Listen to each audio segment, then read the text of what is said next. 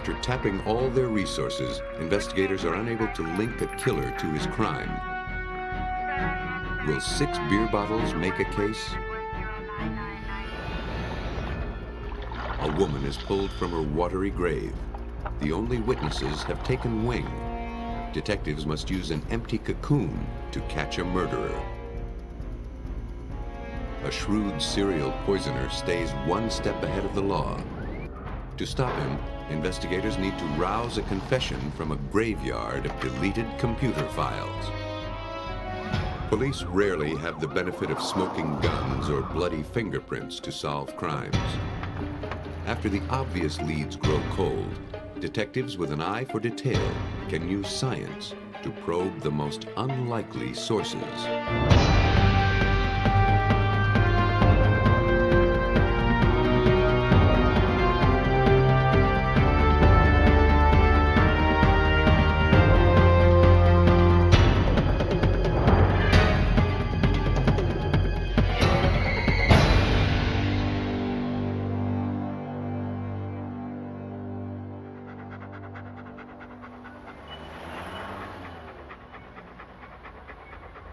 November 1996, Friday the 13th.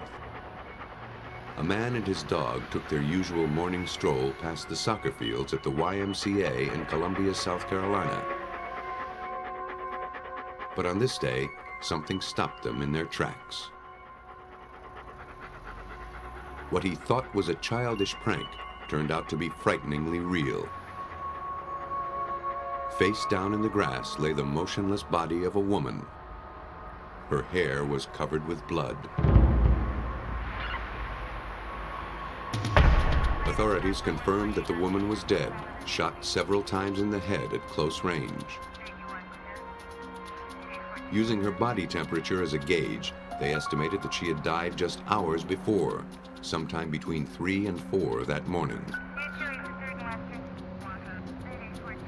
Investigators scoured the grass. Not knowing what might yield a clue, they photographed and collected all the litter found around the body. The shoulder pad from a woman's blouse might have been ripped out during a struggle. An empty purse pointed to robbery as the motive.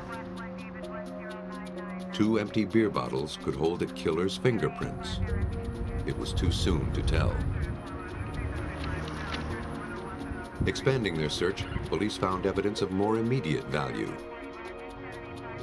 3 shell casings and 2 spent slugs. Very careful not to disturb. This told investigators that the woman had been shot at this location, not simply dumped here. Also, it gave them the basis for a ballistics comparison. But first, they'd need a suspect, and before they could find one, they'd need to know who the victim was. The body was brought to Richland Memorial Hospital, where she was identified from fingerprints as 30-year-old Virginia Russell. She'd had a police record for driving while intoxicated. Back in the lab, the forensics case was at a standstill. Technicians could find no physical link to the killer. The shoulder pad was a dead end. The fingerprints on the beer bottles were too smeared to identify. The body was lacking any foreign hairs, fibers, or other samples that might link a suspect to the crime. Sergeant. Detectives turned to friends and family. Cream, sugar? No, it's fine, thanks. In talking to the victim's aunt, investigators learned that the hospital where her body now lay was actually the last place Virginia was seen alive. She had spent the last night of her life visiting her cousin's sick baby. Relatives were pleased to see that after a struggle with alcoholism, Virginia Russell was turning her life around. Since taking a new job at a nighttime cleaning service, her wallet was always filled with cash. This made detectives speculate about robbery as a motive. Do you recall how much money? No wallet had yet been found, They probed for more information. Nervous or upset about anything last night? The aunt remembered Russell's beeper going off.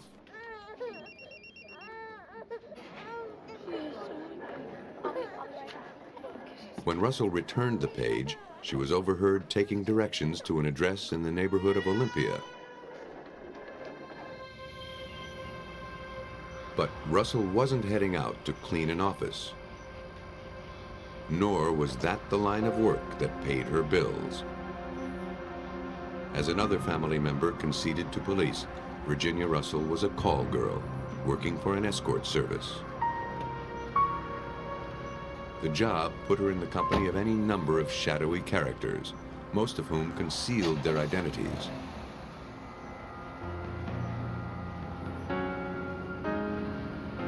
With such a suspect list, the case would be challenging, if not impossible, to solve. But police caught a break. The day after the body was discovered, they found her car in a parking lot in Olympia. There was blood on the console. In the back seat, inside its carrier, was a single bottle of Michelob Light, the same brand found near her body. The car was towed to the police lab, where technicians searched for fingerprints, hair, and fiber. They found nothing. They took blood samples from the dashboard. It matched the victim's blood type. Russell must have been shot at least once while in the car. Detectives had come a step closer to piecing together the actual crime, but they were nowhere in their manhunt. When Sergeant Andrew Caldwell of the Richland County Sheriff's Office learned about the murder, he suspected that it wasn't an isolated incident. He was puzzling over a rape case at the time and wondered if the same brutal individual could be responsible for both crimes. His theory was based on more than a hunch. One of the major similarities were both were employed by escort services as call girls, as well as the location of Virginia Russell's car. Virginia Russell's vehicle was found within eyesight of the apartment where the sexual assault had occurred earlier. If Caldwell could solve the rape case, he might catch a killer in the process. On the evening of November 10th, 3 days before Virginia Russell's death, a 20-year-old call girl was dropped off in Olympia by a driver from the service. She was to meet a man who said his name was Daniel Davis. The man attacked her almost immediately. If she wanted to live, he told her, she'd have to comply with his every whim.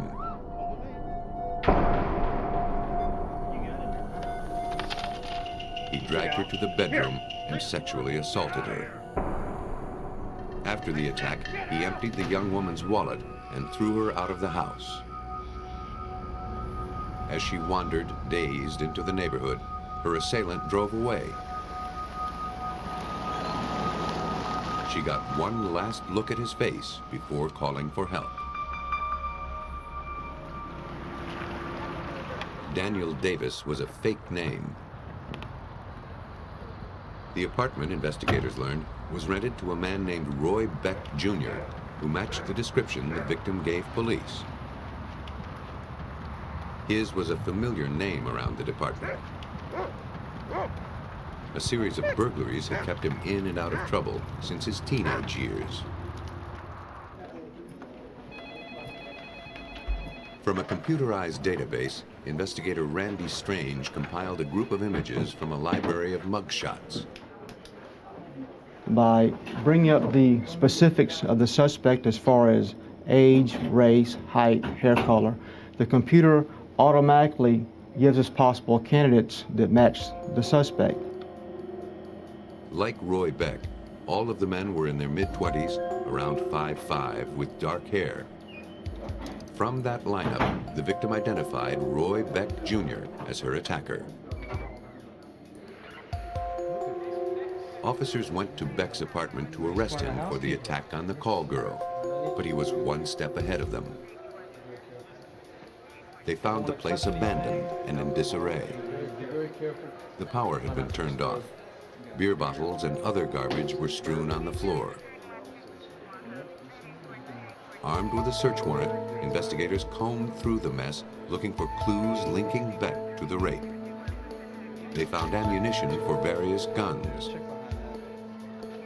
Detectives thought they had found a positive link between Beck and the murder of Virginia Russell, but none of the ammunition matched the fatal bullets. Investigators directed their energy into finding Beck. To get their hands on him, they set up a sting. They obtained an arrest warrant for the sexual assault, then contacted Beck's old girlfriend. We were able to persuade her into helping us find him. She paged him and he returned the page and asked for her to come pick him up at an apartment complex in town.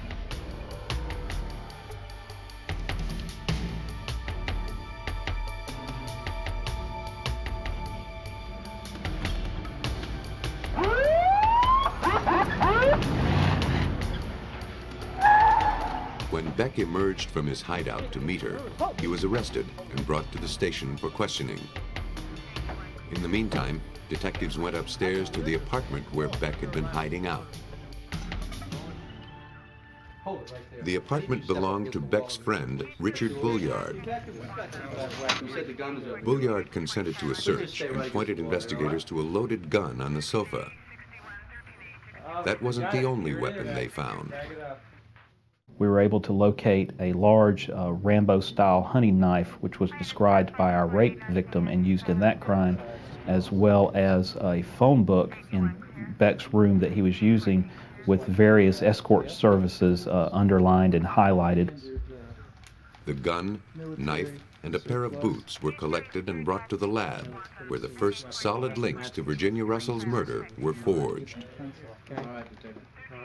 Ballistics proved that the gun found in Bulliard's apartment was used to kill Russell. The boots had blood on them, consistent with the victim's type. With the evidence mounting against him, it seemed impossible that Beck could dodge a murder conviction. But he did his best to wriggle out of it by laying the blame on his friend, Richard Bulliard. The gun was in fact registered to Bulliard, and, Beck argued, the boots belonged to him too. Investigators couldn't deny that all the evidence was found in Bulliard's, not Beck's, apartment. Investigators were at an impasse. The rape victim's testimony had established Beck's violent pattern of call girl solicitation and robbery, but that evidence was circumstantial at best. Without tangible clues, investigators had no way of proving beyond reasonable doubt that Beck had ever been with Russell or that he, and not Bulliard, had fired the gun. With the case crumbling before their eyes, detectives had to gamble on a long shot.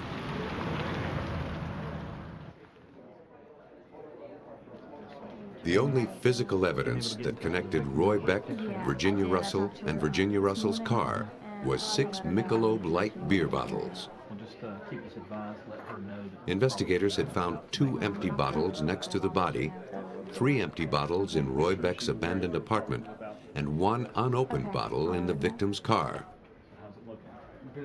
If they could be shown to have come from the same six-pack, it would prove that Beck had been with Russell that night. But without usable fingerprints, linking the beer bottles seemed impossible. Anheuser-Busch distributes almost 200 million bottles of Michelob Light each year. Finding a connection between the 6 bottles seemed remote. Without it, Roy Beck would go free. To tie a murderer to his crime, detectives in South Carolina had the improbable task of proving that 6 bottles of beer came from the same six-pack. For help, they turned to the Anheuser-Busch bottling plant in Williamsburg, Virginia. In turn, Mark Landers, manager of quality assurance, relied on a coding system the company had adopted just that year. The code in question was 17 October 96, and the other four characters were WF 58. The first part of the code showed that the beer was bottled on October 17, 1996. The W stood for the Williamsburg plant, and the F indicated a particular line within the system. The final part of the code, 58, specified that the beer was bottled during the 58th 15-minute increment on that day. As the bottles are packaged and labeled, they are placed in 6-pack carriers and in a case. All of the bottles produced during a 15-minute time period will contain the same exact code. In Lander's expert opinion, the beer bottles in Beck's house had come from the same carrying case as the bottles found near the victim. It was an irrefutable argument that locked Beck to his crime.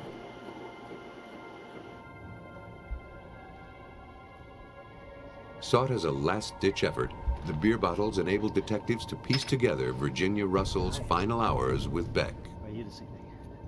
After leaving the hospital, her escort service sent her to Beck's home, where they drank the first 3 beers from the 6-pack. Police surmised that when Virginia stepped out of the room, Beck discovered the stash of money in her purse.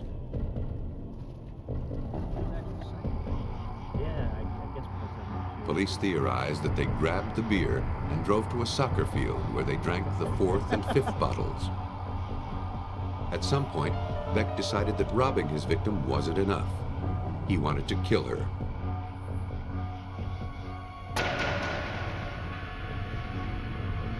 He shot her in the head, dragged her out of the car, and shot her twice more. He then drove away, abandoning her car within walking distance of his apartment. He left behind the final unopened beer, and with it, the clue that experts needed to link him to the crime. I remember during the testimony, Beck's defense attorney listening to this testimony, putting his head in his hands and shaking as if he didn't know how to recover from this very damaging testimony that was occurring. And it was at that point I really felt good about the case and knew that we had Beck and he would probably be convicted. By paying strict attention to the most banal of clues, detectives made sure that Beck would pay for his crime. He was sentenced to life in prison. Sometimes it's not the evidence that's so improbable, but rather the unlikely way in which it's found. In western Michigan, the cool, brisk current of the Muskegon River is a popular summer attraction for canoers, fishermen, and inner tubers. But in June of 1989, its peaceful waters divulged a violent secret.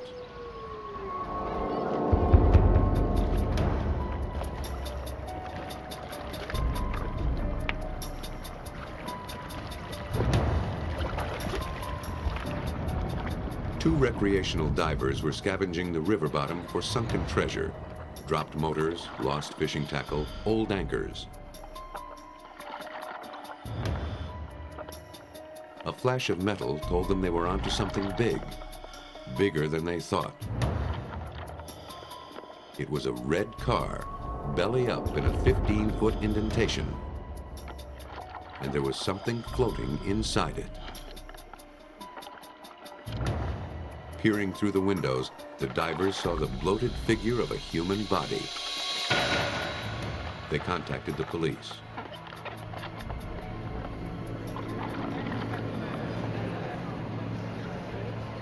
As the car was removed from the water, authorities and spectators could only wonder at the identity of the body inside, how the car had gotten into the water, and for how long the river had concealed this dismal grave.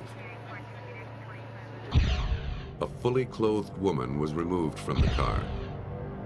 Despite having been submerged in water, the remains were well preserved.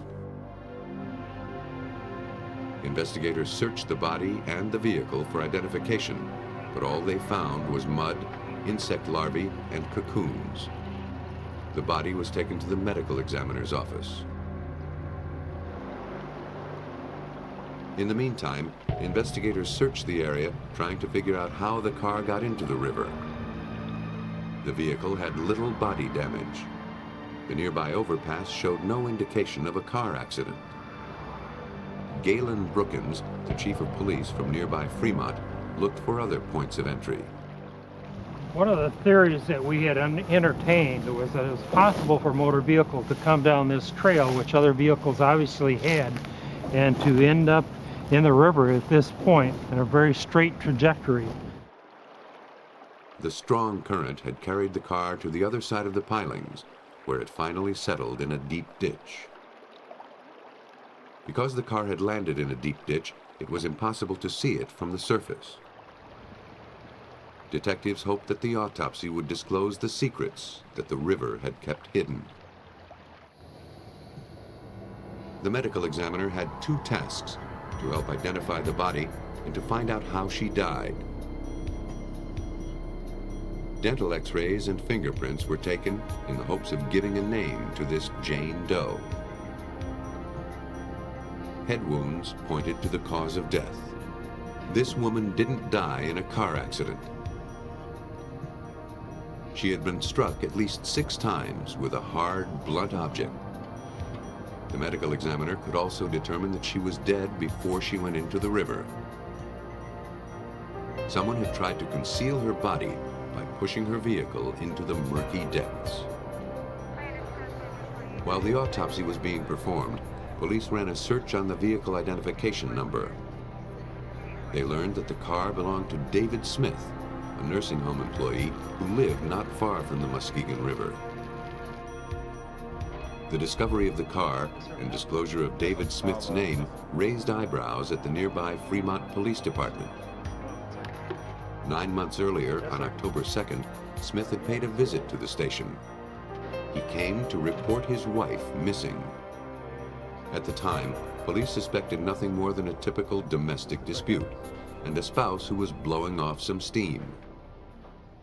He and his wife had had a disagreement, and she had left on Friday evening, September 30th, and that he had not seen her since that time. Smith told police that his 5-year marriage to Hye-Yon, a Korean national, had turned sour.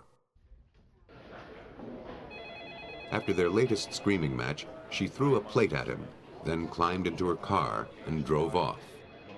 After the officer had interviewed him, he had indicated that he should take and contact relatives and friends and try to determine if any of them had heard from her, and then report back to our department.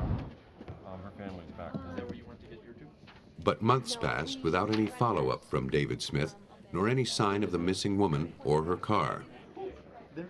When detectives checked up on Smith, they were surprised at what they found. Police learned from interviews with friends and family that Smith was hardly acting like a grieving spouse.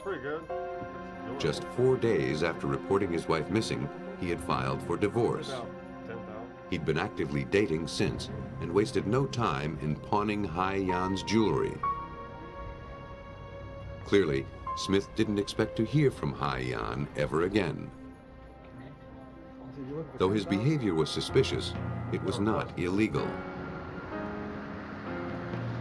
The situation had all the ingredients of a homicide, except there was no body. Police were determined to find Hye-Yon, dead or alive. In February 1989, 4 months before the body was recovered, Brookins turned to the Michigan State Police for help. State police worked the phones, contacting friends of the missing woman in the U.S. and Korea. No one had seen or heard from her since September. Now missing for 5 months, investigators were losing hope that Hye-Yon would ever surface. As he proceeded with telephone interviews, Detective Richard Miller of the State Police uncovered a lie. Though David Smith told law enforcement that he had heard nothing from Hye-Yon, he told several friends a different story. Mr. Smith had made statements during her absence that he knew she was alive and well, that she had contact with some mutual friends and other parties. But investigators found no one to confirm Smith's story. and he refused to take a lie detector test. Then, 5 months later, on the night of June 23rd, the suspect's car was pulled from the Muskegon River with a dead woman in it. The waiting was finally over. Having found the body, detectives secured a search warrant for David Smith's home, which he now shared with his new girlfriend. Technicians scoured the house, searching for the tiniest shred of evidence that might tell them whether a crime had happened here. The odds of finding anything were slim. But it had been almost a year since Hye-Yon's disappearance. And there was no guarantee that this was even the scene of the crime. Investigators used an alternative light source to search for clues a killer wouldn't think to clean up. This searchlight penetrates paint layers, making it easy to find the remnants of blood. The beam highlighted some smears on a kitchen wall. And below them, police found what they were looking for. Behind a freezer, minute traces of blood spatter stained the wall. The crime lab personnel further expanded their search in the immediate area, and by removing molding along the wall, we discovered a large area of contamination from human blood. They believed this to be the scene of attack. From the pattern of the blood spatters, investigators were able to corroborate the medical examiner's findings. Someone had been beaten numerous times with a blunt object. From the amount of blood under the floor, it was likely that the person had been fatally wounded. But detectives faced a big problem. They were able to eliminate David as the source of the blood, but there were no records of Hye-Yon's blood type. She had been in the water too long to determine it from her remains. DNA tests at the time also were not sensitive enough to be of use. Someone had been severely beaten in this kitchen, but detectives couldn't yet make an airtight case for murder. To arrest Smith, investigators needed some hard evidence to link him to Hye-Yon's murder. In order to nail their suspect, police hoped to trap Smith in his own lies. He had told several people that he knew Hye-Yon was alive as of January. If police could prove that she'd been in the water prior to then, they'd be able to prove that Smith had intentionally concealed the crime. But they had a major obstacle to overcome. We were able to show the cause and manner of death, but we were not able to determine by her state of preservation exactly when she died. Miller had an idea. He remembered that when the car was fished from the water, cocoons had been removed from the windshield and fender. He knew that insects are helpful in determining time of death on land. Could they do the same in the water? In order to tie David Smith to his wife's death, detectives in western Michigan needed to determine how long her body had been in the river. Their only clue was a cocoon. Police turned to forensic entomologist Richard Merritt to see if he could learn anything from this unlikely witness. Well, when I received the specimens from Detective Miller, I saw that they were black flies. And black flies are a group that I've been working on for the past 20 years. So I knew right away that there was something there that I could identify and probably give some more information that they didn't have on the case. Merritt would rely on his knowledge of the black fly's life cycle to calculate when the car hit the water. Like all insects, the black fly goes through 4 life stages. The first stage is the egg. Black flies in the Muskegon River hatch in November or December, then turn into worm-like larvae. The larval black flies remain in that stage and grow during the winter in the river on any substrates that they can attach to. Could be leaves, could be rocks, or in this case it was a car. In April or May, the larvae enter the pupal stage. They build cocoons around themselves and remain dormant until late May or early June, when they emerge as adult flies to start the life cycle over again. The presence of cocoons on Hye-Yon's car told Merritt that the vehicle had to have entered the water no later than November. For that particular species to be found on the car in late June as it was, the immature stage had to occur for the entire winter on the car in the river. Otherwise, you would not have had that particular species. Merritt's findings proved to Detective Miller that David Smith had completely fabricated the stories about his wife's whereabouts since her disappearance. He'd said she was seen in January. The cocoons said she'd been in the water since November.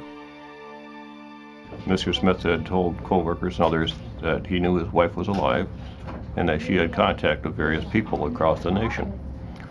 Dr. Merritt's studies of the black fly larva and the various stages we found on the vehicle proved positively that was simply not true, that she was immersed within the waters of the Muskegon River. The insects proved that Smith was lying, no doubt to cover his tracks. And apparently, his weren't the only set. When news of the murder investigation came out, a co-worker told police that a month before Hye-Yon's disappearance, David had been trying to find a hitman. Police subpoenaed Smith's phone records. In September, there was an unusually high number of calls to two numbers in Pittsburgh. One was the dry cleaning plant where his father worked. The other was traced to the home of one of the father's co-workers, Kenny Lamont Latimer. When investigators confronted Latimer with the evidence heaping against his acquaintance, David Smith, Latimer crumbled. He told police that Smith had offered him $5,000 to kill his wife. By the time he'd hired Latimer, Smith's marriage was a wreck. But he was already paying alimony to a first wife and didn't want another liability. He hired Latimer to kill the victim with a dose of bad heroin.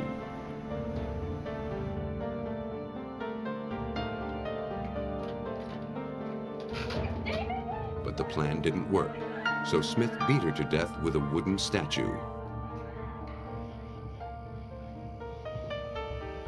Smith and Latimer then put her into her car and pushed it into the river. Thanks to the unlikely testimony of a vacant cocoon, Smith was arrested in December of 1989. A jury found him guilty of murder and sentenced him to 15 to 20 years in prison.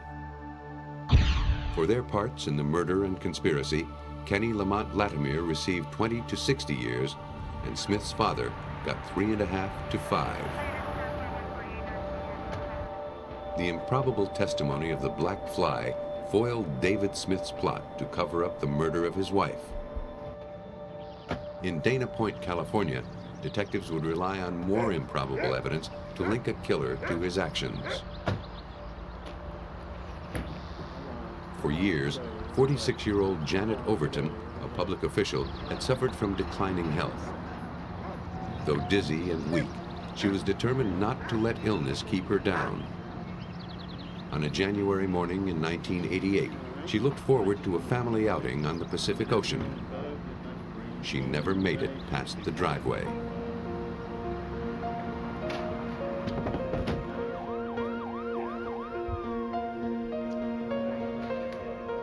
Janet's husband, Richard, summoned paramedics.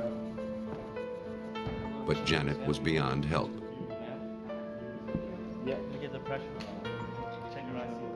Within hours, she was dead. The autopsy that followed could do nothing to shed light on the cause of Janet Overton's death. A routine scan of her blood and tissues was performed in order to find commonly used substances. It eliminated all conventional over-the-counter or prescription drugs as having contributed to her death. Her strange illness seemed to be as much of a mystery in death as it had been in life. For 4 years, Overton suffered from weight loss, stomach aches, tingling in her fingers, and a rust-colored rash. None of the specialists could make a diagnosis, despite extensive testing for viral infections, allergies, bacterial problems, anything that could explain the strange illness. Toxicologist Paul Sedgwick was called in. They were completely baffled. They checked right and left. There are stacks of records a couple feet high, and from whatever I can see, they never did find a specific cause for any of the symptoms that they found. All they knew was that Janet Overton had been ravaged from the inside out. After her death, blood and tissue samples were put into storage at the coroner's office. The body was cremated. Her death might have remained a medical curiosity, but then a tip phoned in to Lieutenant Tim Carney of the Orange County Sheriff's Department turned it into a homicide investigation. 6 months after Janet Overton's demise, Richard Overton's first wife, Dorothy, told officers to take a good look at her ex-husband's past. Her daughter had made an odd discovery while visiting Overton's home. While going through some of Richard's things, she found a syringe, rubber gloves, and a tube of mascara. She reported them to her mother, who contacted the police. Carney dug through 20 years of records to uncover the Overton's family secret.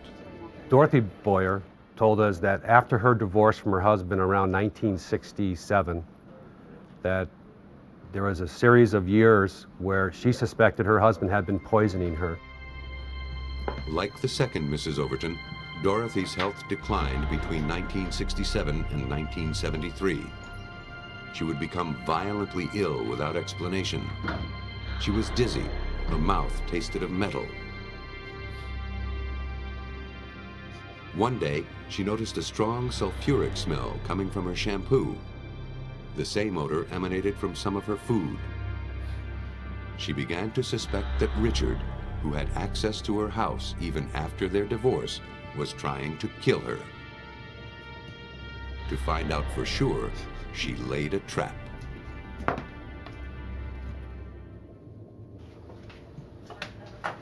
With the help of the Sheriff's Department, Richard Overton's first wife, Dorothy, devised a plan to see if he was poisoning her. She cleaned a new coffee can with rubbing alcohol, then marked the lid so that she would know if it had been tampered with. The rest would be up to Richard.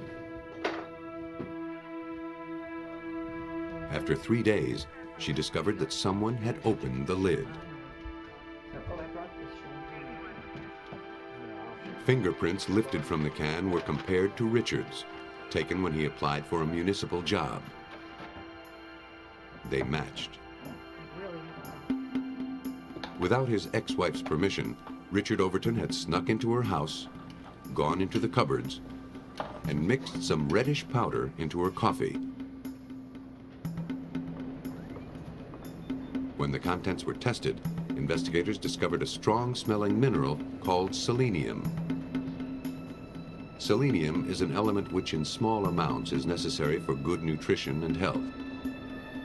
In large amounts, it's poisonous. Richard was brought in for questioning. He initially denied having poisoned Dorothy, but confronted with the evidence, he confessed. Dorothy agreed to drop the charges so long as Richard stayed out of her life. Now, 20 years later, Richard Overton faced another round of questions regarding the poisoning of his second wife, Janet. But before detectives could go after him, they needed to find out if selenium poisoning had contributed to the death of Janet Overton. On paper, the two Mrs. Overtons seemed to have suffered from the same undiagnosed ailment. According to Lieutenant Carney, it looked like history was repeating itself. What we looked at was comparing Dorothy Boyer's 1970, late 60s, early 70s medical history from doctors along with Janet Overton's medical history in the 1980s. And what we saw was almost a mirror copy of symptomology of classic heavy metal poisoning. Dorothy Boyer, and now police, wondered if the mascara Richard's daughter found in his home contained selenium. In one simple test for selenium, the questioned sample is dissolved in a test tube. Hydrochloric acid and other chemicals are added. If the solution turns red, that indicates that selenium is present.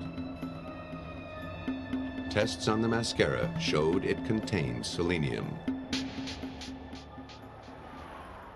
Detectives contacted the mascara manufacturer. Selenium, they learned, is not an ingredient in any of their cosmetics. If it was found in the product, it had to have been added after it was purchased. If high quantities of the mineral could also be detected in samples from the victim's body, investigators would have a solid foundation in their case against Richard Overton. To investigators' dismay, no abnormal amount of selenium was found in any of the victim's tissue samples. The investigation halted in its tracks. But it wouldn't be shut down for long, thanks to a lucky discovery in the lab. From the open vial of Janet Overton's stomach contents, Sedgwick was overpowered by the smell of bitter almonds, the signature of a far deadlier poison than selenium. And I knew instantly that there was cyanide from even 2 feet away. Only 50% of the population are genetically predisposed to smell cyanide. And because the original testing was done under a fuming hood, the smell was easy to miss. Had it not been for Sedgwick's chance discovery, it's likely that the cyanide would have stayed hidden forever. We didn't detect cyanide initially because it's one of the less common compounds that we see. It requires special testing and is not in the general screens that are initially called for. Sedgwick determined that Janet Overton's blood, brain, and stomach samples contained cyanide. Even a small dose of the white powder can be lethal. 1 year after Janet Overton's demise, her cause of death was ruled acute cyanide poisoning. To Detective Carney, Richard Overton appeared to be the most likely suspect. But poisoning cases are notoriously hard to solve. Forensics can be used to identify the deadly toxin, but are of little help in tying the poisoner to the body. Lieutenant Carney knew that he had an uphill battle. Proving a poison case can be difficult when time goes by. You still need to look at the aspects of the investigation, which include not only physical evidence, and we're talking about years of poisoning here, and also you have to look at motive and opportunity. And so far, investigators had found neither. It was true that Richard Overton had a history of tampering, but in person, he hardly seemed the murderous sort. He was a bright, accomplished man who had nothing to gain from his wife's death. There was no financial motive. Janet's life insurance policy had been paid out to her son. Nor was there a history of violence. The 15-year marriage was loving and supportive, Richard said. At first, detectives didn't let on that they knew about his attempts to poison his first wife. They simply asked Richard who might have tried to poison Janet. He mentioned that his wife had enemies, stemming back to her involvement in local politics. Janet had also struggled with depression. He couldn't rule out the possibility that she had killed herself. Then, 5 hours into the interview, police dropped the bombshell. I confronted him with the 1973 investigation where he poisoned his former wife. He denied that to me until I showed him the documentation of the report. Challenged by his shady past, Overton abruptly ended the conversation and refused to contribute any further to the investigation. Detectives had caught Overton in a bold-faced lie. During an interview with a business associate, Mel Hubbard, they caught him in another. Overton had told detectives that he had no access to cyanide. Hubbard told a conflicting story. Mr. Hubbard informed us that, in fact, he does use cyanide in the extraction of gold and silver from ore samples in his mining operations, and he keeps cyanide on hand at his residence. Mr. Hubbard also informed me that Richard had keys to his residence and would care for his home when Hubbard was away during his mining operations. Discovering that Richard had had access to cyanide was like putting him in the same room with the murder weapon. To place that weapon firmly in his grip, detectives would need to find motive. Without it, they'd have little chance of getting this case to court, and even less of a chance of a conviction. Armed with a search warrant, sheriffs descended on the suspect's home.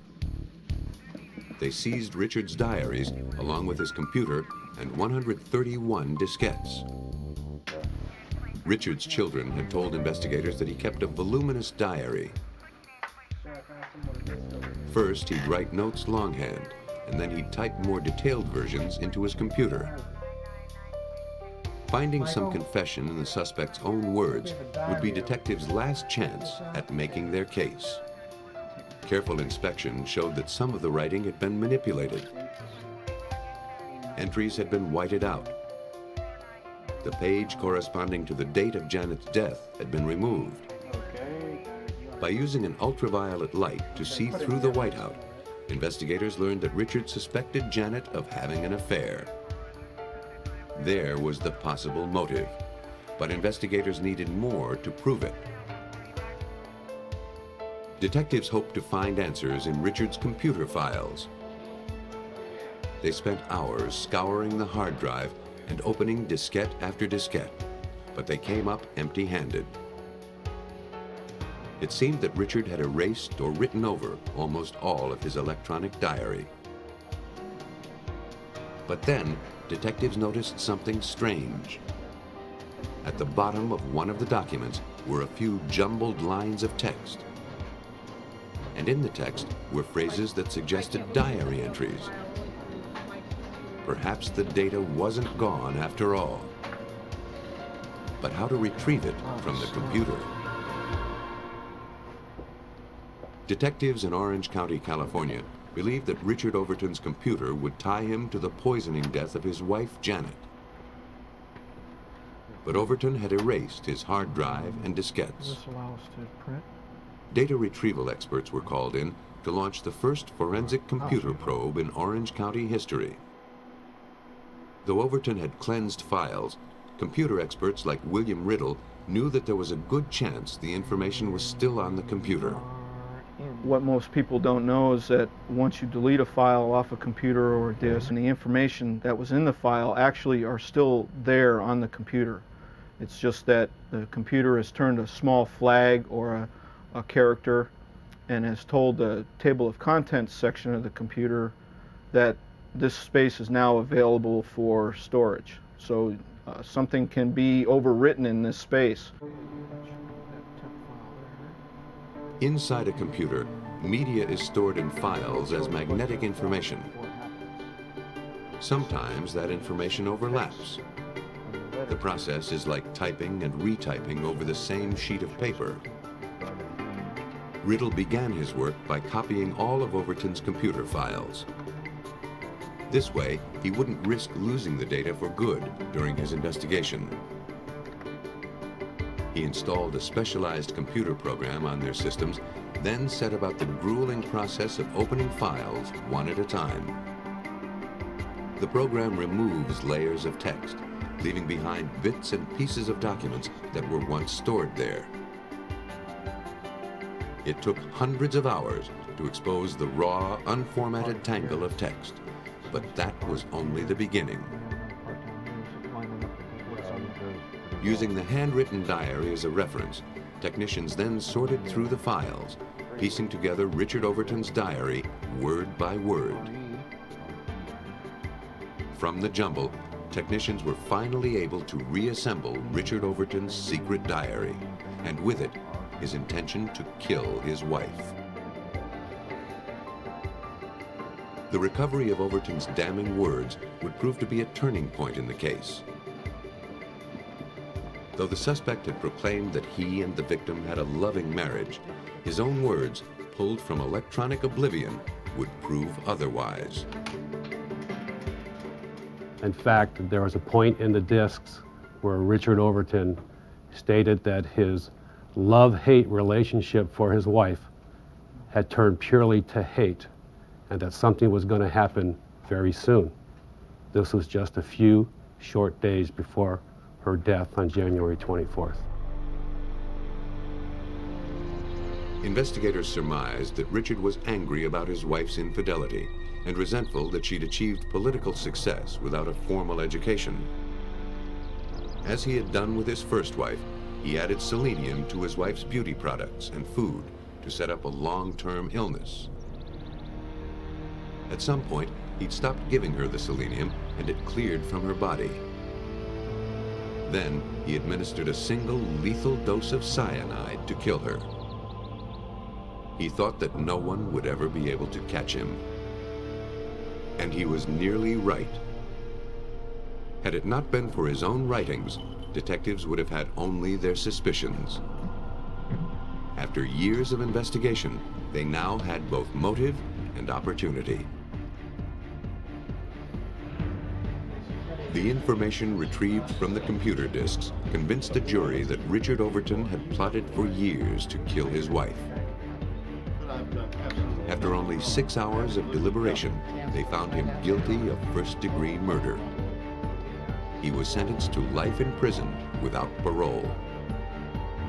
Even in the wasteland of computer files, beer bottles, and insect cocoons, a keen investigator can find a murder conviction. The most pivotal clues are sometimes waiting to be uncovered from the most unlikely sources.